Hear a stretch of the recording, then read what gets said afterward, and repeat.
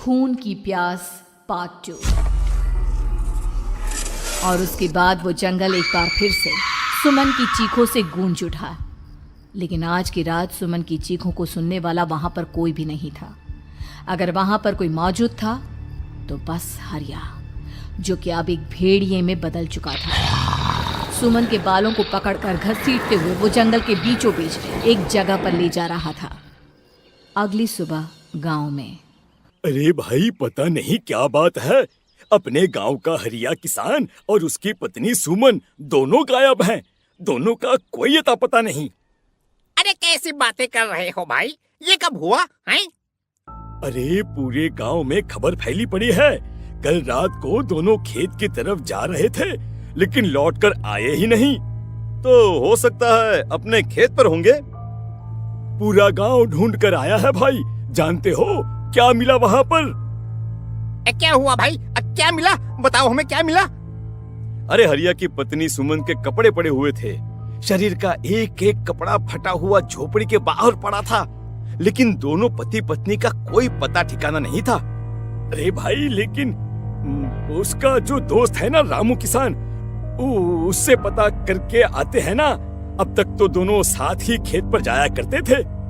हाँ, हमें उसके घर जाना चाहिए भाई। चलो वहाँ चलते हैं, चलो। वो सारे लोग रामू के घर पर पहुंचते हैं। रामू अपने घर के बाहर बैठकर हुक्का पी रहा था। आज सारे के सारे लोग टोली बनाकर मेरे घर क्यों आ रहे हैं? क्या कोई मर गया क्या भाई? अरे कैसी बातें कर रहे हो? तुम्हारा सबसे अच्छा दोस्त हरिया और उसकी पत्नी गायब है और तुम यहाँ बैठकर हुक्का पिए जा रहे हो हैं? रामू ने अजीब सी नजरों से उन सब गांव वालों की तरफ देखा, जिसकी वजह से वो लोग एक बार के लिए डर गए। गायब है? अरे गायब नहीं है, मुक्ति मिल गई है।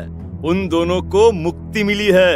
इस दुनिया में आकर हर इंसान पाप करता है और उसे उसके पापों के लिए मुक्ति मिलना बहुत जरूरी है। अरे ये कैसी बहकी बहकी बातें कर रहे हो भाई, हैं? और इसका चेहरा अजीब सा क्यों लग रहा है? लगता है दोस्त के मरने का गम बैठ गया है। पागल हो गया है शायद ये पागल। ये बात सुनते ही रामू चीख कर जोर से चिल्लाते हुए कहता है, पागल मैं नहीं हूँ, पागल तुम सब हो। और ये शैतानी जंगल अब तुम में से किसी को नहीं छोड़ने वाला, सबको खा जाएगा। याद रखना मेरी बात।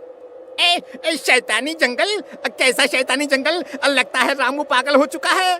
हमें यहाँ से चलना चाहिए भाई। चलो। तभी रामू की पत्नी बाहर आती है। नहीं, आप लोग इनकी बात का बुरा मत मानिए। 2 दिन पहले हरिया के साथ खेत पर गए थे। जब से वहाँ से आए हैं तब से ऐसी ही बातें कर रहे हैं। भगवान जाने ऐसा क्या देख लिया उन्होंने, खेत में कुछ भी बड़बड़ाते रहते हैं। लेकिन गांव के लोगों ने कमला की कोई बात नहीं सुनी और वो सब वहां से चले गए। रात अब धीरे धीरे ढलने लगी थी। तभी अचानक किसी ने धीमी सी आवाज में रामू को पुकारा। रामू, आ जाओ, मैं तुम्हारा इंतजार कर रहा हूँ। और सुनो, अपनी पत्नी को साथ लेकर आना, नहीं तो काम अधूरा रह जाएगा। ये आवाज सुनते ही रामू के चेहरे पर शैतानी मुस्कुराहट आ जाती है।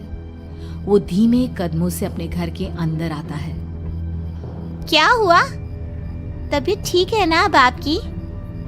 मैं तुझे अपने साथ खेत पर ले जाने आया हूँ, चल। मैं तुम्हारे साथ कहीं नहीं जाने वाली।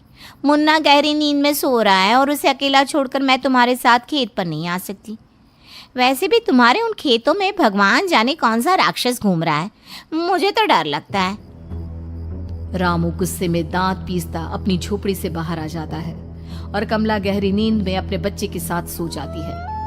तभी अचानक रात को रामू की झोपड़ी के ऊपर एक साया वही गाना गुनगुनाते हुए घूमने लगता है जो हरिया के मोबाइल में बजा करता था। मैं मौत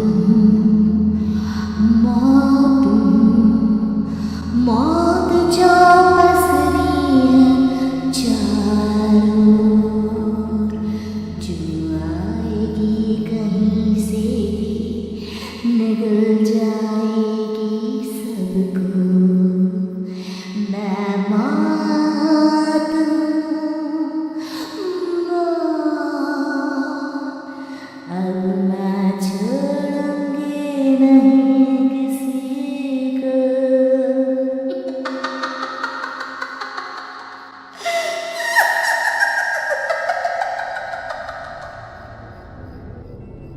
ये आवाज सुनकर रामू की पत्नी कमला की आंख खुलती है और वो देखती है कि उसका मुन्ना अपनी जगह से गायब था।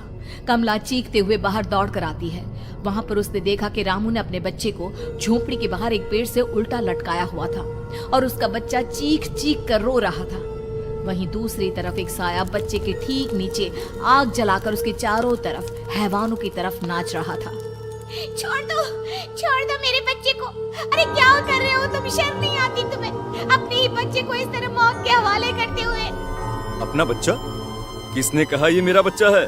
अरे ये तो उस रामू की औलाद है, इस गांव के किसान रामू की, और मेरी दुश्मनी इस गांव के हर इंसान के साथ है। क्या कैसी बात कर रहे हो तुम? और ये औरत कौन है? ये मेरे बच्चे को खा जाएगी। तभी अचानक से उस साया ने एक बेहद खतरनाक दिखने वाली औरत का रूप ले लिया और उसकी आंखों से आग निकल रही थी। सही पहचाना तूने। मैं तेरे बच्चे को खा जाऊंगी। अगर तू अपनी इस हैवान पति रामू के साथ जंगल नहीं आई तो मैं तेरे बच्चे को खा जाऊंगी। लेकिन क्यों? आखिर क्या चाहती हो तुम मुझसे? मुझे जंगल क्यों ले जाना चाहती हो? औरत बुरी तरह से ठहाके मार मार कर जोर जोर से हंसने लगी और साथ में रामू भी। ये तो तुझे वहाँ चलने के बाद ही पता चलेगा ना। अगर तू नहीं आई तो थोड़ी देर में तेरा ये बच्चा आग में जलकर मर जाएगा। चल जल्दी। नहीं मेरे बच्चे को छोड़ दो। तुम जहाँ कहोगे मैं तुम्हारे साथ चलने के लिए तैयार हूँ। और उसके बाद उस बच्चे को झोपड़ी में लिटाकर आगे आगे वो साया चल रहा था और उसके पीछे पीछे रामू अपनी पत्नी के बाल पकड़कर उसे घसीटते हुए जंगल की तरफ ले गया। जंगल में जाने के बाद कितनी खूबसूरत हो तुम। आज की रात बस तुम और मैं एक दूसरे के साथ रहेंगे। मुझे तुमसे बहुत डर लग रहा है। तुम्हें क्या हो गया है? तुम तो बिल्कुल ठीक थे। वो होगा जो हमारे बीच होना चाहिए। तो आओ अपने आप को मेरे हवाले कर दो। कमला ने डर की वजह से अपनी दोनों आंखें कसकर बंद कर ली थी। रामू ने बुरी तरह से चीख कर कमला से कहा, आंखें खोलो अपनी और मेरी तरफ देखो। कमला ने जैसे ही अपनी आंखें खोली उसने देखा कि रामू एक खतरनाक खूनी हैवान में बदल चुका था। कौन हो तुम? जाने दो मुझे। क्या चाहते हो मुझसे? वही जो एक आदमी एक औरत से चाहता है। मैं तुम्हारा पति रामू नहीं बल्कि इस जंगल का एक भेड़िया हूँ और आज की रात तुम्हारे खून से अपनी प्यास बुझा जाऊं। और उसके बाद वो जंगल कमला की दर्दनाक चीखों से गूंज उठा। अगली सुबह कमला के कपड़े भी जंगल में उसी तरह पाए गए जैसे कि सुमन के पाए गए थे।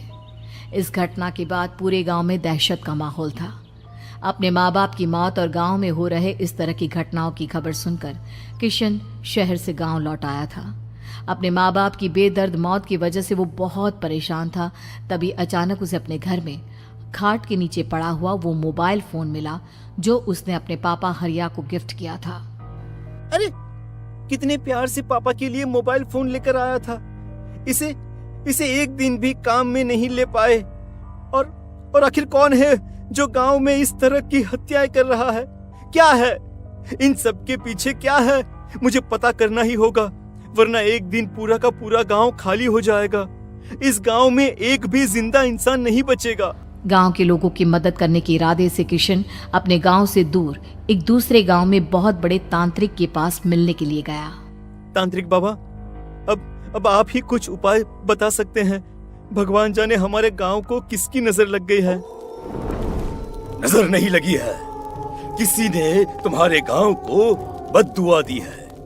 किसी सताई हुई आत्मा का प्रकोप है और अब वो पूरे गांव में किसी को नहीं छोड़ेगी जब तक उसकी आत्मा को शांति नहीं मिल जाती।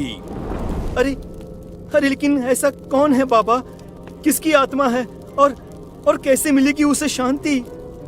मौत है, मौत कहीं से भी आएगी और सबको निगल जाएगी। इससे बचने का सिर्फ एक ही उपाय है, लेकिन उस उपाय को करना आसान नहीं होगा। जो भी उस उपाय को करने की कोशिश करेगा उसकी जान जा सकती है। भले ही मेरी जान चली जाए, लेकिन मैं अपने गांव के लोगों की जान बचाने की पूरी कोशिश करूंगा बाबा।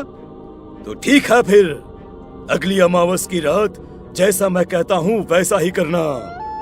अमावस की रात तांत्रिक के बताए अनुसार किशन अपने साथ केरोसिन लेकर जंगल की तरफ चल पड़ा। उसके हाथ में देवी के मंदिर का सिंदूर भी था। किशन जंगल के बीचों बीच पहुंचा। ये देखकर उसकी आंखें फटी की फटी रह गई। वहां एक उबलते पानी का तालाब था और कई लोगों की लाश लटक रही थी। किशन के माँ बाप की लाश भी वहीं थी। माँ, बापू, क्या हो गया? ये क्या हो गया? तभी वहां पर एक औरत और आदमी आते हैं। उन्हें देखकर किशन चौंक जाता है। गोपाल काका, आपकी तो 5 साल पहले मौत हो गई थी। और निर्मला काकी, आप? हाँ, मौत तो हो गई थी, लेकिन तुम ये नहीं जानते कि हमारी मौत कैसे हुई थी। क्या कहना चाहते हैं आप? कुछ नहीं, बस ये जान लो कि अब इस गांव में कोई जिंदा नहीं बचेगा। लेकिन क्यों काकी? क्योंकि 5 साल पहले इन गांव वालों ने मुझे डायन बताकर पत्थर मार मार के मार डाला। मेरी कोई गलती नहीं थी। गांव का एक बच्चा क्या लापता हुआ, सारा इल्जाम मेरी पत्नी पे डाल दिया। और जब मैंने निर्मला की जान बचाने की कोशिश की तो मुझे भी मार डाला। आपके साथ ये बहुत गलत हुआ काकी, लेकिन आप जो कर रहे हैं वो भी सही नहीं है ना? तुम यहाँ से चले जाओ वरना तुम भी नहीं बचोगे। हमारी आत्मा पिछले 5 साल से मुक्ति के लिए भटक रही है। चले जाओ यहाँ से। मौका देखकर किशन सिंदूर उन दोनों के ऊपर डाल देता है। उनका शरीर जलने लगता है और वो भयानक तरीके से चिल्लाने लगते हैं। अगले ही पल किशन उनके ऊपर केरोसिन डाल देता है और वो दोनों जल जाते हैं। किशन अपने माँ बाप और दूसरी लाशों का अंतिम संस्कार करवाता है और अपने घर लौट आता है। लेकिन वो अभी भी इस बात से अनजान है कि मोबाइल अभी भी बज रहा था। मैं मौत हूँ।